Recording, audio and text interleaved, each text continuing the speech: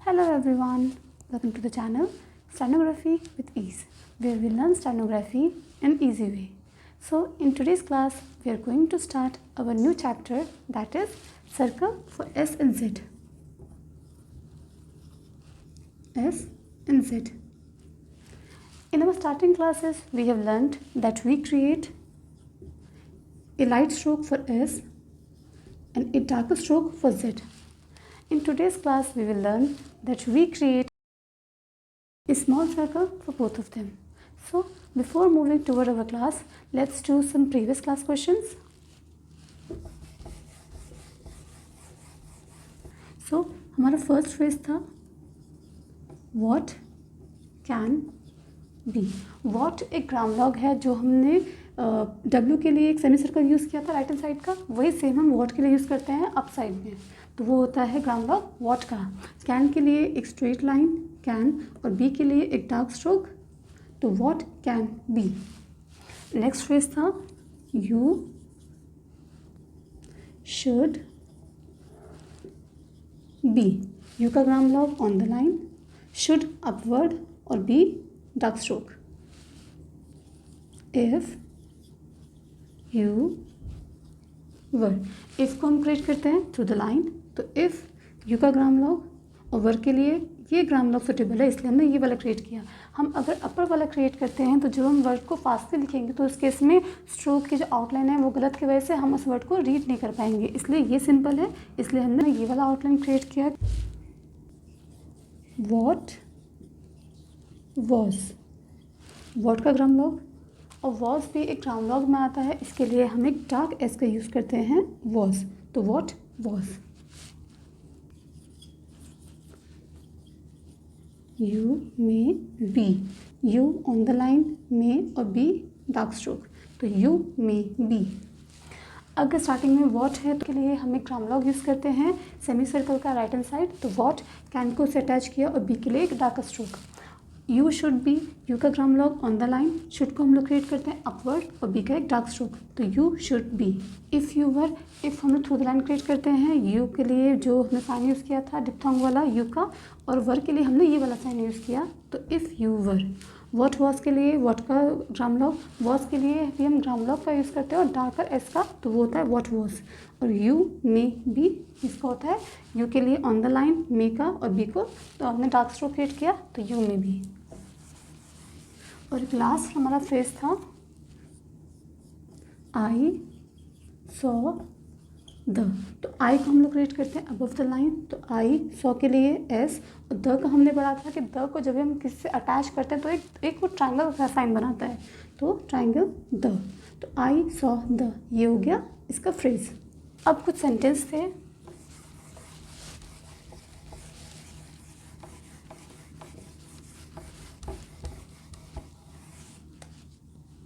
Sentence था how much money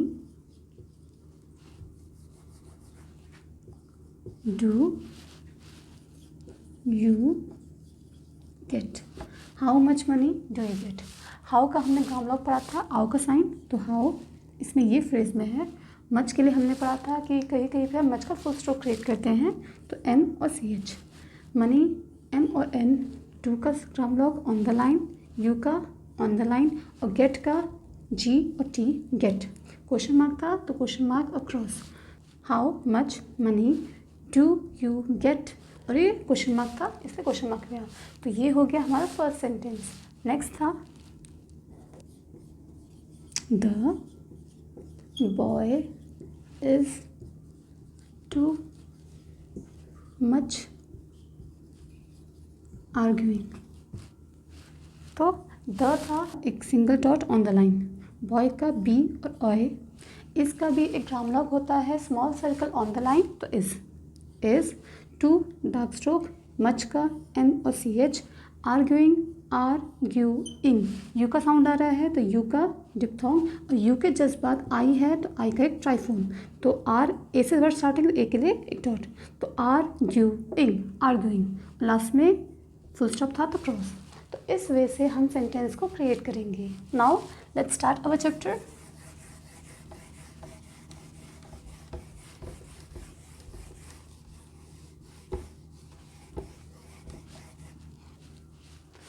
S और Z दोनों के लिए हम एक स्मॉल सर्कल का यूज़ करते हैं इसका। अगर स्टार्टिंग का वर्ड जो है वो एस से स्टार्ट है तो उसके लिए हम एक स्मॉल सर्कल का यूज़ करेंगे। अगर वर्ड एस से स्टार्ट है तो एक स्मॉल सर्कल, और अगर वर्ड जेड से स्टार्ट, तो पूरा स्ट्रोक क्रिएट करेंगे जेड के लिए। अगर स्टार्टिंग का जो वर्ड है उसका इनिशियल लेटर जो है वो एस है तो उसके लिए हम सर्कल का यूज़ करेंगे। और अगर किसी वर्ड का इनिशियल लेटर जो है वो जेड है तो उसके लिए हम जेड का जो स्ट्रोक था वो यूज़ करेंगे। जैसे सर, स्टार्टिंग में एस आ रहा है तो एस के लिए सर्कल एस और आर, सर। स्टार्टिंग का जेड है, जैसे ज़ीरो, स्टार्टिंग का वर्ड जेड है तो जेड के लिए जो उसका स्ट्रोक था पूरा उसे क्रिएट करेंगे, तो ज़ीरो ना। अगर स्टार्टिंग का वर्ड एस है तो एस के लिए हम सर्कल का यूज़ करेंगे, और अगर स्टार्टिंग का वर्ड जेड है तो उसके लिए उसका पूरा स्ट्रोक क्रिएट करेंगे, तो जेड और रो, ज़ीरो। आर के बाद ओ का साउंड था इसलिए आर को अपवर्ड क्रिएट किया तो ज़ीरो।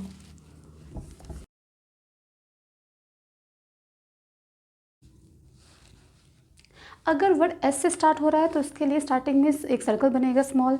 अगर वर्ड जेड से स्टार्ट हो रहा है तो उसके लिए जेड का स्ट्रोक बनेगा। और अगर एस और जेड दोनों वर्ड्स मिडिल में आ रहे हैं तो उस केस में दोनों के लिए स्मॉल सर्कल हम यूज़ करेंगे। नेक्स्ट हमारे टू इम्पॉर्टेंट टर्म्स आते हैं। एक होता है लेफ्ट मोशन, या जिसे बोलते हैं anti clockwise,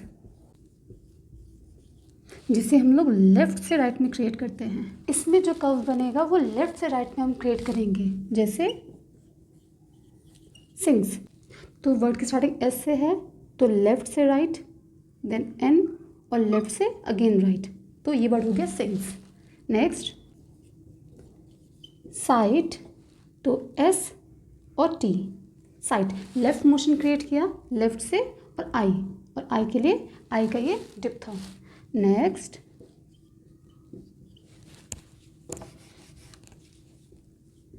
spikes, left motion, then P, then K, और अगेन लेफ्ट मोशन। तो लेफ्ट मोशन में हम जो स्ट्रोक क्रिएट करेंगे उसे लेफ्ट वर्ड लेके जाएंगे, एंटी क्लॉकवाइज लेके जाएंगे। और इसमें नेक्स्ट टर्म होता है राइट मोशन और क्लॉकवाइज। इसमें जो सर्कल क्रिएट करेंगे हम वो यहाँ से यहाँ पे क्रिएट करेंगे, तो ये हुआ क्लॉकवाइज। इसका एग्जांपल जैसे वर्ड हो जाएगा लेस, तो एल से क्लॉकवाइज। जैसे सोर्सेज, एस आर एस। तो इन दो टाइप से हम अपने वर्ड्स क्रिएट करेंगे। नेक्स्ट टॉपिक,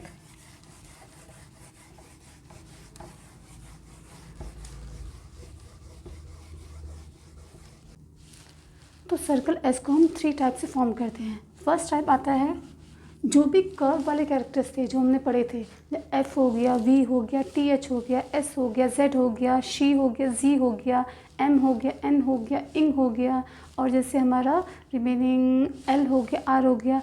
अगर जो कर्व वाले लेटर्स हैं, जो कर्व वाले कॉन्सोनेंट्स थे, कर्व वाले स्ट्रोक्स थे, तो उस केस में जो एस क्रिएट होगा वो इनसाइड द कर्व होगा। जैसे सीन्स, तो हम एन क्रिएट करते हैं एस से, तो जो हम एस क्रिएट करेंगे वो इनसाइड जाएगा इस तरह से। जैसे तो जो कर्व होगा वो सर्कल के इनसाइड रहेगा, अंदर की तरफ रहेगा। जैसे सेंस, तो एन क्रिएट किया तो उसमें जो कर्व है वो ऐसे लग जाएंगे, सेन न स, सेंस। तो जो कर्व वाले शेप्स होंगे उसमें जो सर्कल लगेगा वो इनसाइड लगेगा।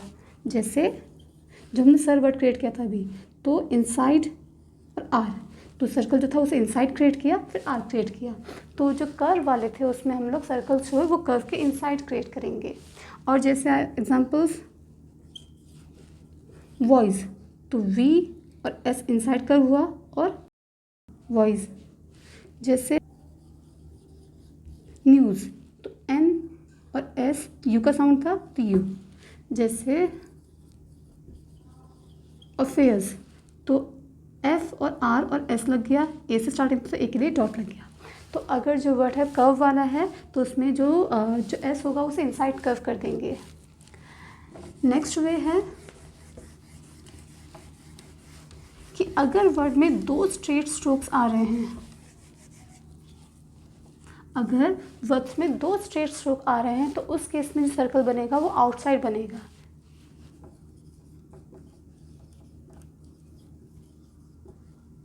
स्ट्रेट स्ट्रोक्स हैं तो जो कर्व बनेगा, जो सर्कल बनेगा वो आउटसाइड बनेगा।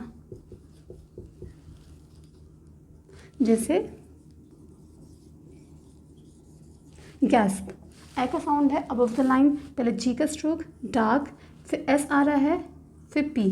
तो जो एस जो कर्व बना एस का वो आउटसाइड बना। दो अगर स्ट्रेट स्ट्रोक हैं तो कर्व बनेगा वो आउटसाइड बनेगा, इनसाइड नहीं बनेगा।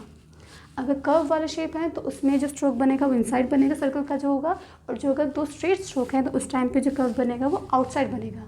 जैसे और टास्क, तो टा स क टास्क। जैसे डेस्क, तो डे स क डेस्क। और रिस्क, तो आर एस और के। जब भी कभी दो स्ट्रेट स्ट्रोक होंगे तो उस टाइम पे सर्कल बनेगा वो आउटसाइड बनेगा। अब थर्ड टर्म इसमें ये है,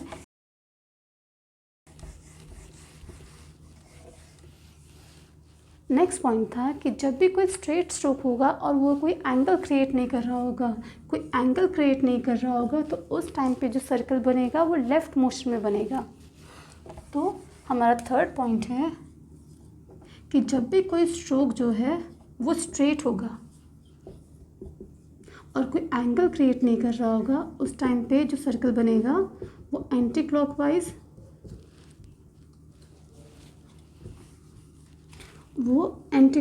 क्रिएट किया जाएगा। जैसे स्पेस, तो लेफ्ट मोशन, फिर पी का साउंड, फिर पी का एक स्ट्रोक, फिर एस, स्पेस। वाइजर, तो वाई, फिर लेफ्ट मोशन, फिर आर। ये एक स्ट्रेट स्ट्रोक बन रहा है, यहाँ पे कोई एंगल क्रिएट नहीं हो रहा, तो उस टाइम पे जो सर्कल बनेगा वो लेफ्ट मोशन में बनेगा। डब्ल्यू के बाद आई का स्ट्रोक, वाइजर। जैसे कास्क, तो क एस और के, लेफ्ट मोशन में एस को क्रिएट किया, फिर के, स्ट्रेट एक स्ट्रोक था इसलिए जो सर्कल बना वो लेफ्ट मोशन में बना। और जैसे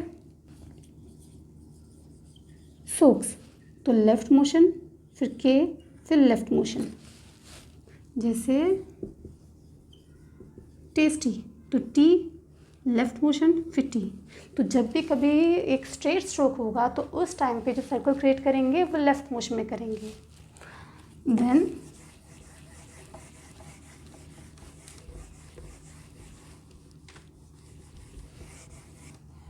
और ये पॉइंट हमने पहले क्रिएट कर लिया कि अगर स्टार्टिंग में एस का स्ट्रोक है तो उसे पहले रीड किया जाएगा।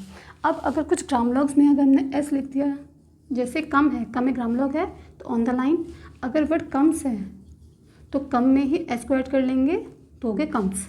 जैसे पुट हमारा ग्रामलॉग है तो पुट, और पुट में अगर पुट्स आ गया तो उस केस में पी और एस, ठीक है। और नेक्स्ट हमारा पॉइंट है एल। नेक्स्ट पॉइंट है, अगर एल के बाद में या एल के पहले अगर कोई सर्कल स्ट्रोक आता है तो उस केस में जो एल बनेगा वो उस कर्व के अकॉर्डिंग बनेगा। जैसे वर्ड है लेसन, तो एल को हम लोग अपवर्ड डाउनवर्ड दोनों वे से लिखते हैं अपने कंफर्ट के लिए। तो एल और एस और जो एन क्रिएट किया एन, तो एल जो है सर्कल के अकॉर्डिंग ही क्रिएट किया जाएगा। एल एक कर्व शेप था तो इसलिए इनसाइड क्रिएट किया। जैसे वेसल, तो वे एस का स्ट्रोक क्रिएट किया, फिर उसे उसी डायरेक्शन में बना देंगे, एल को भी हम सेम डायरेक्शन में क्रिएट कर देंगे, तो वे स ल। जैसे लूज़र, तो लू ज र। जैसे मसल्स, तो म स ल स। जैसे शेम लेसली, तो श और एम शेम लेसली। तो जो हम एल क्रिएट करेंगे वो उस कर्व की डायरेक्शन में क्रिएट करेंगे। तो इस तरह से हम एल वाले वर्ड्स को क्रिएट करेंगे।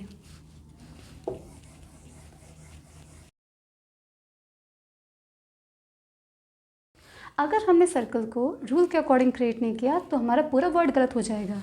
जैसे अगर मैंने ये वर्ड क्रिएट किया तो ये वर्ड हो गया स्टे, एस ओ टी। अगर मैंने कर्व इस साइड कर दिया तो ये वर्ड बन जाएगा स्ट्रे।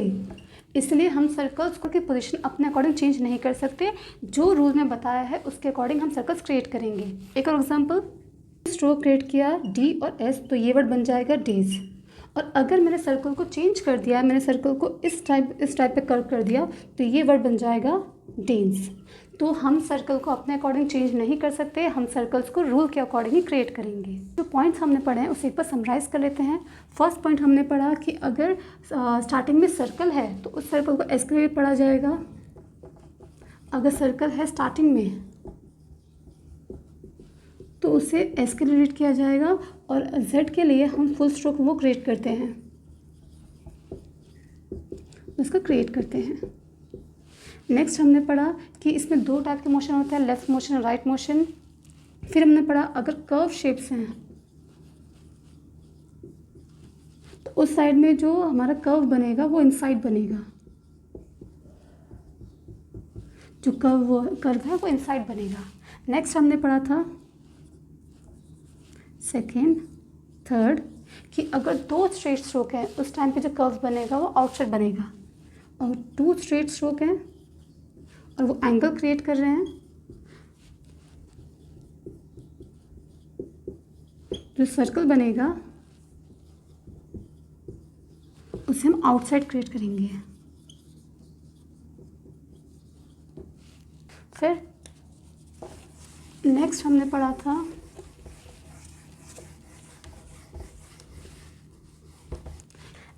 पढ़ा था कि अगर जो स्ट्रोक्स है वो स्ट्रेट है, वो कोई एंगल फॉर्म नहीं कर रहे, तो उस टाइम पे जो सर्कल बनेगा वो लेफ़्ट मोशन बनेगा।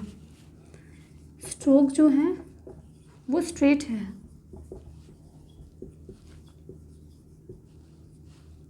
तो उस टाइम पे जो कर्व बनेगा वो लेफ़्ट मोशन में बनेगा, एंटी क्लॉकवाइज बनेगा।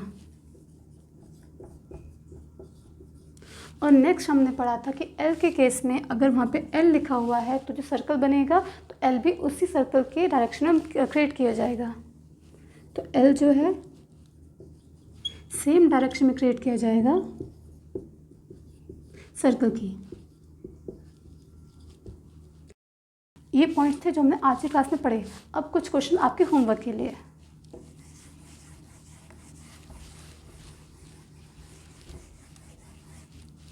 First,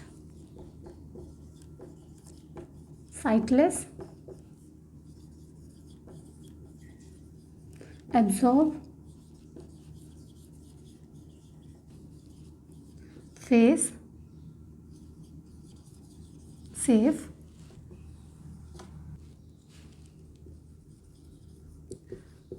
customs,